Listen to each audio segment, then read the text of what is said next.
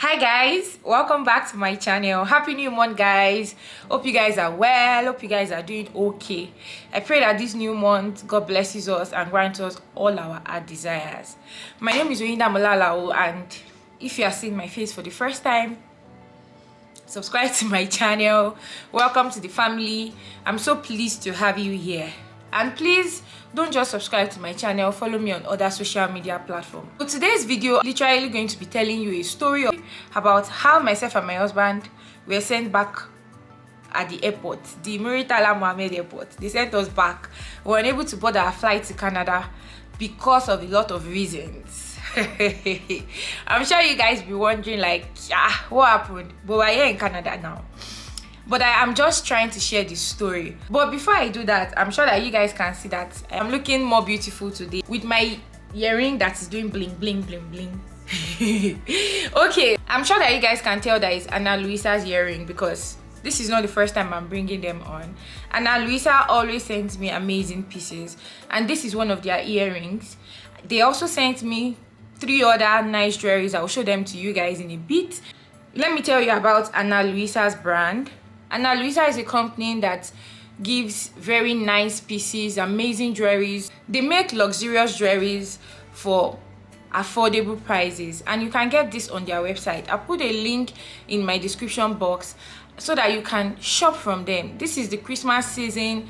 This is a season where we share love. If you want to buy something for your family members, your friends, your loved ones, Ana Luisa is a place where you can shop. They have jewelry such as earrings, they have rings, they have necklace, and you can shop from them. They offer prices from as low as $39 and upwards, and they also offer free delivery, free shipping. Ana Luisa is a company from US, and they really make affordable jewelries. You can check their websites to get a feel of what I'm talking about so that you can see the various designs that they have, shop from them, and gift your loved ones. Christmas is a season that you need to gift people. Ana Luisa is a place where you can get those gifts for your loved ones, your family, your friends, and any other person you want to shop for. So don't say I didn't tell you. Shop from Ana Luisa today. The link is in my description box, and I will also put a discount code on the screen for those people who want to shop with my discount code. You also find a link to their website on my description box. So do well to check that out and shop from Ana Luisa. Thank you so much, Ana Luisa, for sending me these really nice pieces. I love them so much, and I would always rock them. Ana Luisa is the brand that you would always rock. So shop from them and let me know what you think about these pieces in the comment section. Okay, so back to my story. I was telling you about how myself and my husband were unable to board the first time we were coming to Canada. Guys, actually what made me shoot this video, because I'm sure that some people will be asking, this is after almost a year plus and you are just shooting this kind of video. There was a reason why I decided to shoot this video, and that's because of recent somebody sent me a message saying that they had a similar issue. This thing happened to me like over a year ago. We're supposed to board our flight in May last year, and we didn't. We're sent back with plenty of our load. Like, it was crazy. Myself and my husband went to the airport like coming to Canada. We had all our papers, our visa, everything was on track, thinking that we were going to board the flight and get to Canada, and then we're not allowed to board. We are not allowed on the flight. They sent us back to our house and nothing was done about it. In fact, the flight was going like this. We're still in the airport thinking about our life and what we're supposed to do. So I'm sure that somebody will be asking what happened. So let me tell you guys the full story. Myself and my husband were coming to Canada and we got our visas, right? And we're glad we were coming to Canada and all of that. And we got to the airport, wanted to board. My husband's uncle was the one that took us to the airport. In fact, none of our families followed us because we're already looking forward to leave. Having to say all the family members should be seeing us off and all. Thank God they did not even follow us, because it would have been very shameful. Imagine all the load that we carried to the airport. We carried all this load back. Let me continue this story. Thank God that they didn't even follow us and we went by ourselves. My husband's uncle works in the airport, so he knew all of the back and forth and how we're supposed to go on this our journey. And we got to the airport. We're supposed to fly, and I don't know if it's safe to call the name of the flight in this video, which is why, in fact, I thought long and hard about it that I don't think I want to call their names, or I should just call their name. It shouldn't be a big deal. But my people, I'm not calling their name. Let's just leave it that way and let me continue my story. So we're supposed to fly, and then we had gone through the first check. I don't know if it applies to every airline, but this particular airline, you have like 3 different checks before you now collect your boarding pass. So we passed through the first check, we passed through to the second check. We're already at the place to collect our boarding pass when this lady was like, I don't think you guys can fly. In fact, she wasn't even talking to me, because at the time I was pregnant. I went to the airport clinic to get my screening done so that I could board the flight, and my husband called me to say, hello, where are you becoming? My husband's uncle followed me to the airport clinic already, so I could get things done and we'll leave the place. And then my husband calls me to say, they are saying that we cannot fly. And then I got there and they told me, there's no ETA on file, blah blah blah. In fact, I had a picture, like this woman while talking to us, she took a picture with my phone. She asked me to bring my phone, and then she took a picture on her system and gave it back to us and said we should see what the system is saying.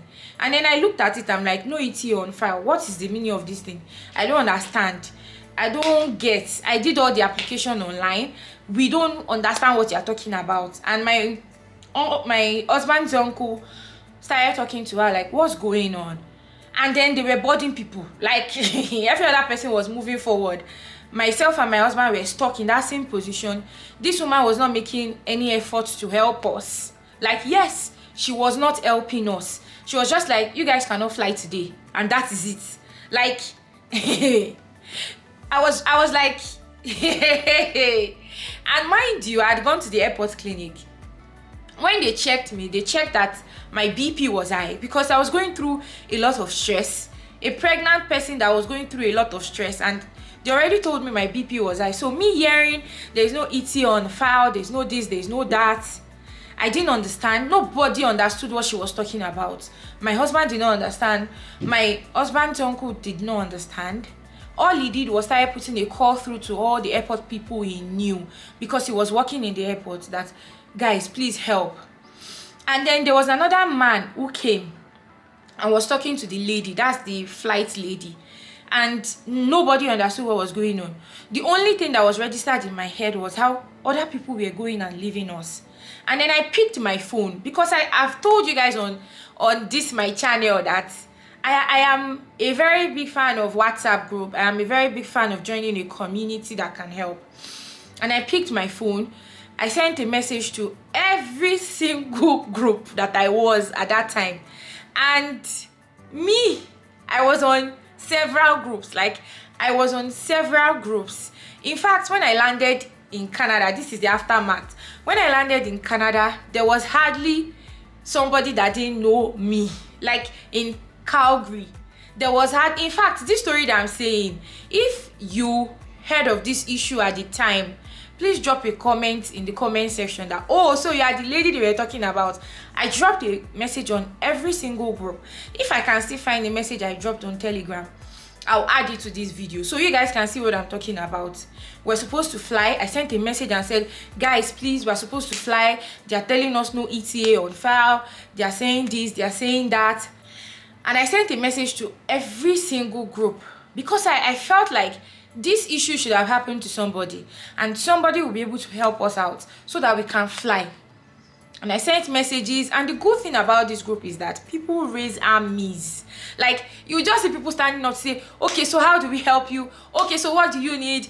And so many people were reaching out, like private messages, people that didn't want to drop message on the group, people that were sending me private messages to say, okay, so how do we help? And I've made friends even from this issue that happened. And We did not fly that day. Oh. We thought it was a joke. After all the back and forth, trying to figure out what happened, what went wrong, we did not fly. We carried our load shamefully. For me, it was shameful because you know when you are flying out of Nigeria, like international flights, people enter with their load and come back alone, like to say our family member has gone. No, and you see some people crying, you see some people just going back on their own. We carried our load in and carried our load back.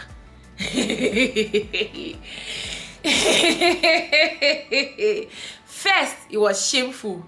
Second, it was like I was pregnant. They had already told me that my BP was high. I couldn't cry. Like, I couldn't cry. I couldn't express myself because I was trying to figure out what went wrong. We had visa on our passport.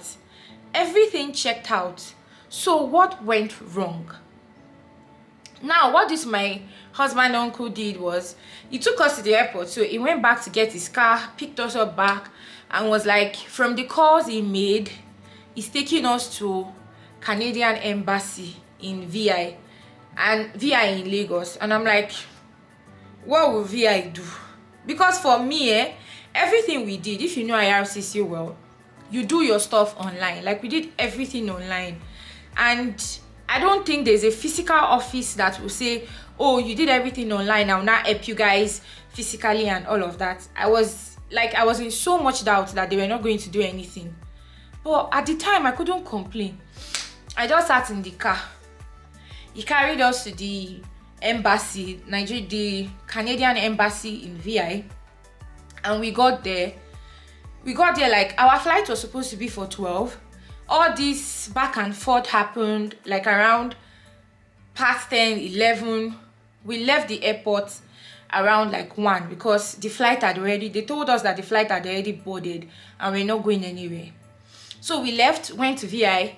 When we got to VI and we got to the Canadian embassy, my husband's uncle dropped us outside and said, you guys should go in and get everything settled and all. So we took our passports and we got to the gate. The gate man was like, they closed by 2. They just closed.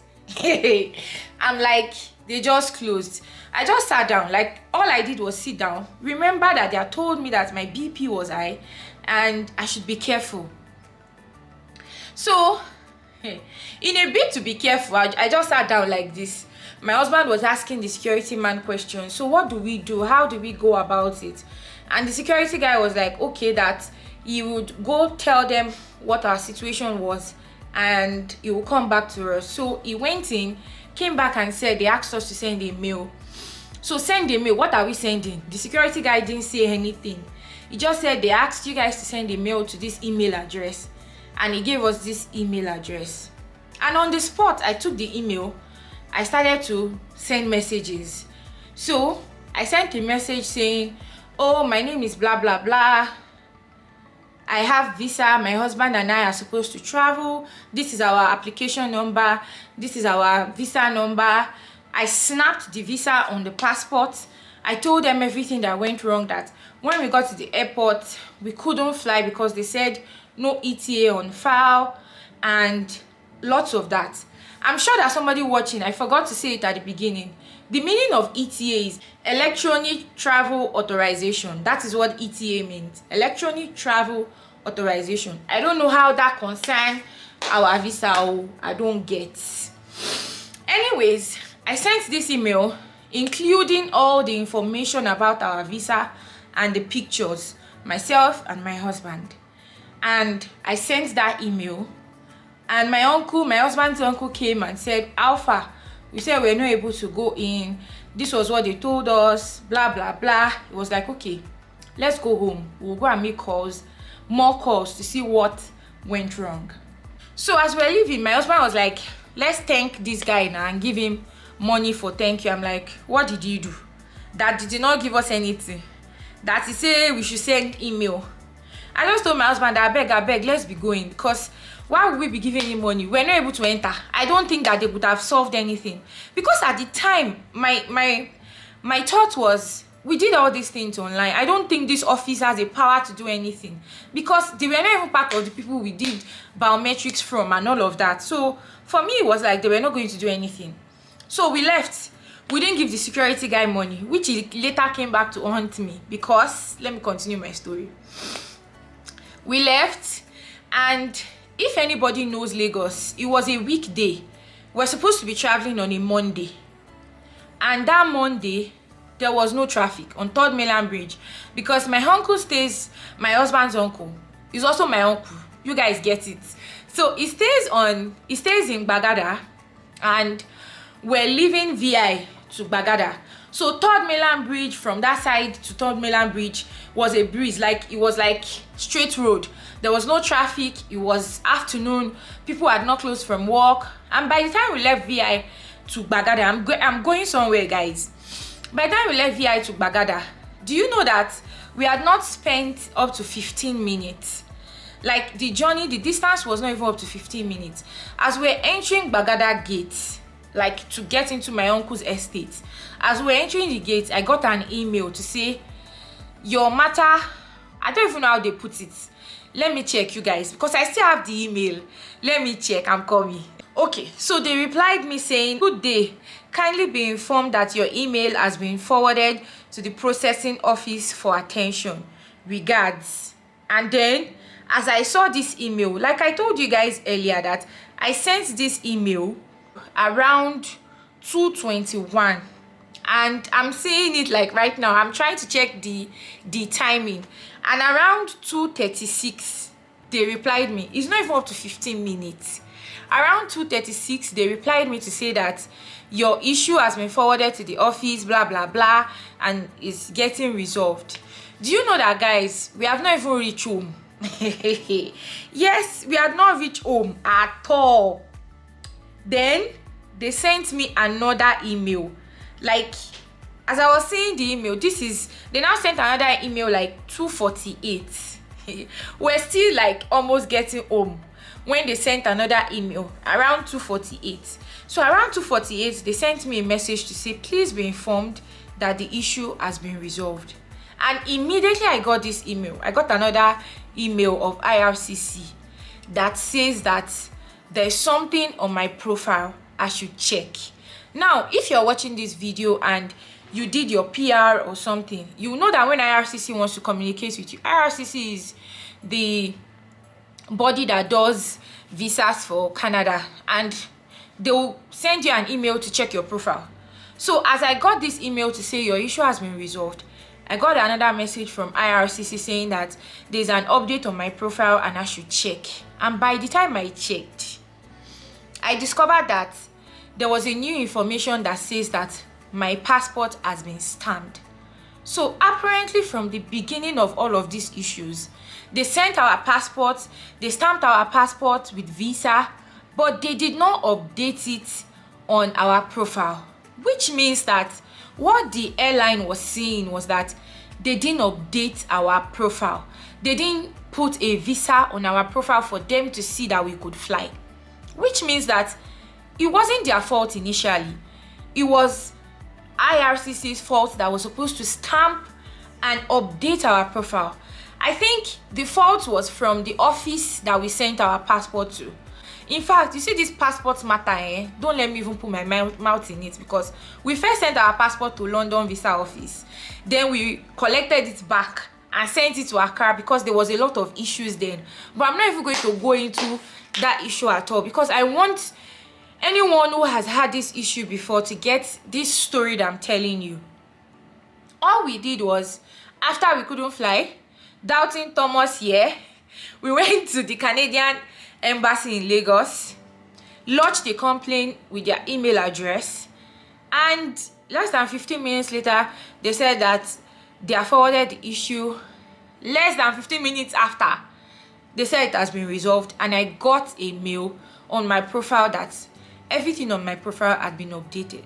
So apparently the visa office that stamped our passport did not update it on our visa. Like, they didn't update our visa on my profile. They didn't update our profile at all.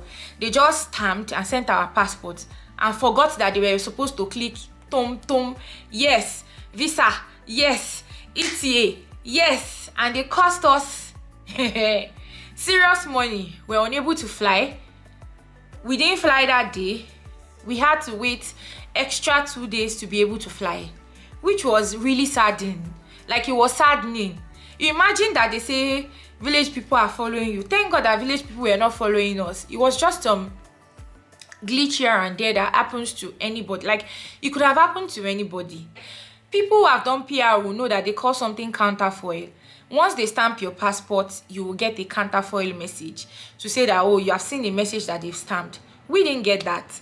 We did not even know that it was an issue until we got to the airport and we were unable to fly. Anyways, aside from paying more money, in fact, we finished our POF on flights because we had to reschedule the flight. Having to book a flight that was so close to the day that you are moving, it was plenty money. But all in all, we know that it was God's plan for a greater good. Like, till date, I still feel like it's God's way of telling us that we're not ready to go that day. I'm just glad that our family members did not follow us, because you know how mothers can be very dramatic. We're just telling them on the phone. We knew how my mom and my mom-in-law were scattering their body, that what's going on, no, this and that. Thank God I didn't even tell any of them that I had high blood pressure because of the whole flying issue, because that would have been another story. And thank God that at the end of the day, even after paying so much money, we're able to still fly and get to Canada. And as doubting Thomas me again, do you know that a day after this whole issue, I still sent these people a message to say, oh, I'm trying to confirm again. Hope it will not be an issue. We are flying tomorrow. Hope there will not be any story. They sent me a message to say, everything has been really resolved. You can fly when you're ready to fly. And that was how everything got sorted. And we got to the airport 2 days after. When we reached there, you see this auntie that did not let us fly the initial day. By the time we got there and we were trying to explain to the person that we met there, the person was like, oh, this has happened before. All the person needed to do was to make a call.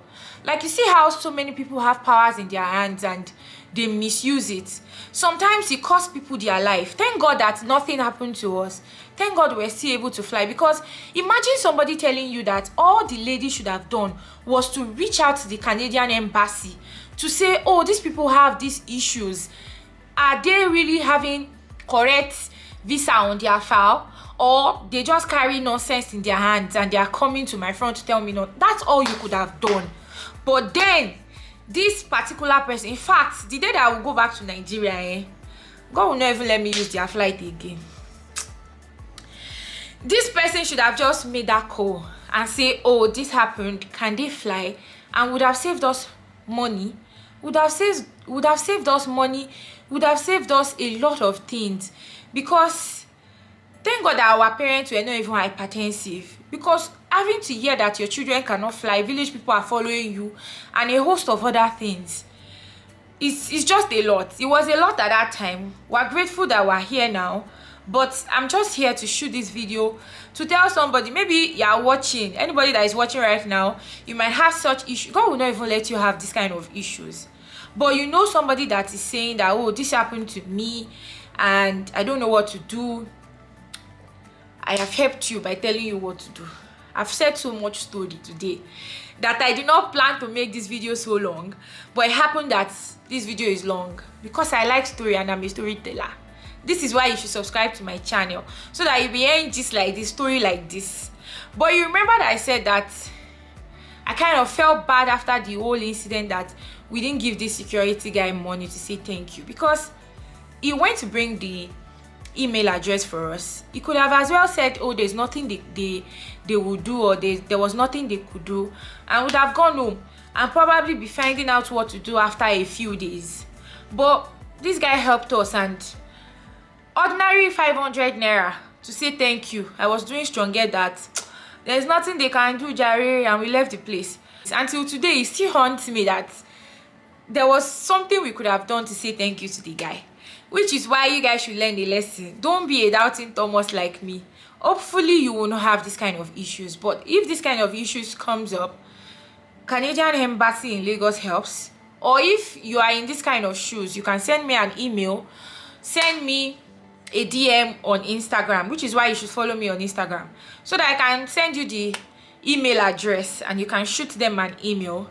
And by the special grace of God, I repeat, you will not have this kind of issues, because it's heart-wrenching. It's not something that I pray for somebody to say you got to the airport and they say you cannot fly. You will not have this kind of issues in Jesus' name. Amen. So thank you guys so much for watching this video.